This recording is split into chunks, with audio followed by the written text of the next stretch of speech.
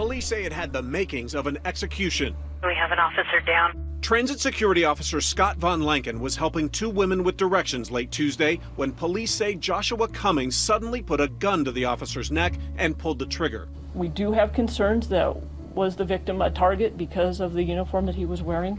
Von Lanken was 56, his wife too upset to go on camera. He was a wonderful husband, a wonderful father. Cummings is an Army vet and a Muslim convert. Today, a Denver mosque he visited said his extreme views were so alarming, mosque leaders alerted the Department of Homeland Security, writing, "He seems pretty advanced in his path of radicalization." Mr. Cummings is obviously a very disturbed individual. The mosque believes authorities took the threat seriously. DHS telling us today it was immediately referred to the appropriate law enforcement agencies for review. And David, you can see the memorial here where it happened. Cummings is now facing first-degree murder charges. He'll be in court tomorrow. Transgender case in New Jersey has prompted the Boy Scouts of America to change its stance on who will be allowed to join the Scouts. 8-year-old Joey Maldonado, you can see here, very excited after learning that he can be a Boy Scout. And he was born a girl, but now identifies as a boy. Maldonado joined the Boy Scouts of Secaucus, but a month later was told he had to leave because he is not biologically a boy. His mother filed a lawsuit, and the organization responded with a change in policy, saying they will now accept youth based on the gender on their application. I want them to be comfortable with how I am and what my destiny is and what my identity is. Very articulate 8-year-old. Joe can now enjoy camping, s'mores, all the things many young children love to do, all the activities involved in scouting. Demonstrators gathered at the Texas Capitol today to protest a new state proposal to further punish sanctuary cities. It just happened in Travis County, where Governor Greg Abbott will withhold nearly $2 million in grant funding. Travis County Judge Sarah Eckhart. I've never actually seen political retribution on this scale before. Newly elected Sheriff Sally Hernandez campaigned to keep the sanctuary status for Travis County. They elected me to do the right thing for the right reason, and I'm doing that. The sheriff says she will only hold immigrants who are here illegally if they have been charged with murder, aggravated sexual assault, or human smuggling. Currently, there are more than 300 sanctuary cities nationwide which do not prosecute people in this country illegally for violating immigration law. 3 states, California, Vermont, and New Mexico, are looking to provide sanctuary status statewide. So you think your officers, acting on behalf of federal ICE agents, will strain community relations? Absolutely. If they're a victim or they're a witness and they're fearful that they're going to be deported and separated from their family, they're not going to come talk to us. Governor Abbott has threatened to have the elected sheriff removed from her position.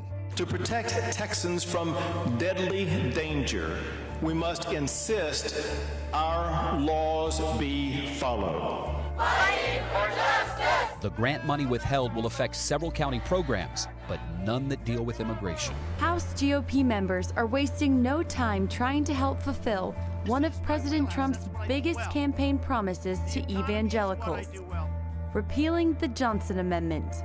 One bill calls for its full repeal, but another just amends it to restore free speech to charities and houses of worship.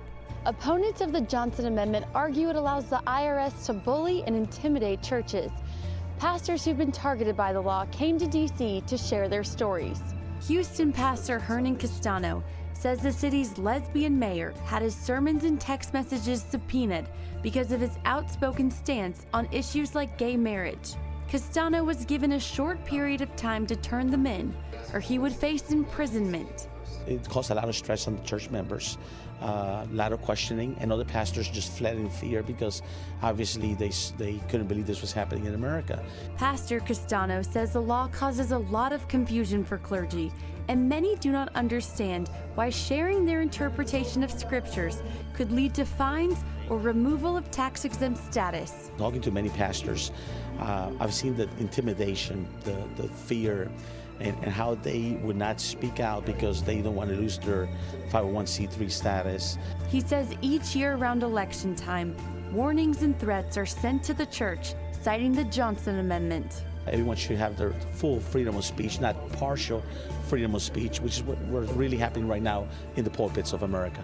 Congressman Heiss and Senator Langford agree which is why they introduced legislation in both sides of the House to protect these pastors. The Free Speech Fairness Act, just as it says, protects those free rights and enables pastors and so forth to deal with political issues without fear of intimidation or retaliation from our government. Supporters of the Johnson Amendment argue a repeal would allow churches to turn into super PACs, but this bill prohibits nonprofits from contributing to political activities or candidates. I'm trying to work on within the Senate with Republicans and Democrats alike to say, how can you be opposed to free speech? Now, I understand that there are some individuals that don't like it when churches speak out, but quite frankly, there are churches on the left and on the right politically that they should have the right. We as Americans shouldn't limit speech. Lawmakers have high hopes 2017 will be the year it goes. Thank you very much for coming out. Is the sound working? Okay, got it? The sound working?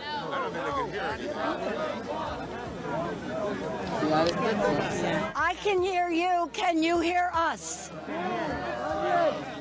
The Democrats wouldn't know how to protest if their political lives depended on it. And they do, led by the perpetually neurotic House Minority Leader Nancy Pelosi and Senator Chuck Schumer. The Democratic Party attempted to right the sinking Democratic ship and failed miserably. Is the sound working? I think it is. Good evening, everyone. I'm very proud to stand with the members of the House Democratic Caucus, soon to be joined by the Senate Democrats as well. Mike's not on. It's not on? Now we'll hear from Andre Carson, a Muslim member of Congress. Excuse me, GK. Andre. In there. Andre. I know, right? Greetings from the great state of Indiana. I'm Congressman Andre Carson. Not only do I represent Indiana's 7th Congressional District very proudly, but I happen to be a Muslim and a former police officer.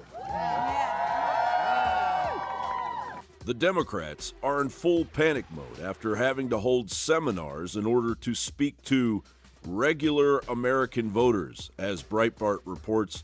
Another program on the subject of speaking to those who feel invisible in rural America will feature Steve Beshear, a former Democrat Kentucky governor, along with Democrats Michael Bennet from Colorado and North Dakota and Heidi Heitkamp. Other seminars include Listening to Those Feel Unheard and Rising America. They feel unheard too. These topics may be a hard sell to a party contemplating hiring a new party chairperson from among candidates trying to outdo each other with far-left talking points. We will not let this evil order extinguish that great torch.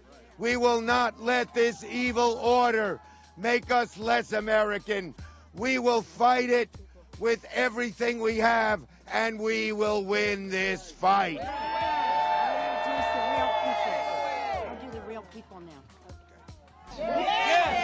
And now it is my privilege, our privilege, to introduce Farah Amir Kamal and Omar Al-Mazgad with their stories, their courageous stories. Are they here? Where are they? You described what happened in November as the alleged election. I think I'm quoting you exactly, the alleged election. By that, did you mean that it's an election that didn't actually take place, or that we should pretend didn't happen, or what did you mean? As someone who wants to lead the Democratic Party, what's your position on that? Something happened in this election with Russia. Something happened that was so significant that the Democratic members of Congress that got that classified briefing stormed out of that room. Of course, it doesn't help when DNC chair candidate Sally Boynton Brown goes after the few white Democrats left. And my job is to shut other white people down when they want to interrupt. My job is to shut other white people down when they want to say, oh no, I'm not prejudiced. I'm a Democrat. I'm accepting. My job is to make sure that they get that they have privilege. And until we shut our mouths and we listen to those people who don't, and we lift our people up. Former Vice President Joe Biden is now endorsing Tom Perez for DNC chair. Donald Trump is a fraud. He's in it all for himself. Donald Trump is all about prosperity for himself. Me, myself, and I. That's not what the Declaration of Independence and the Constitution are about. Donald Trump is a fraud. As the Democratic Party continues to implode.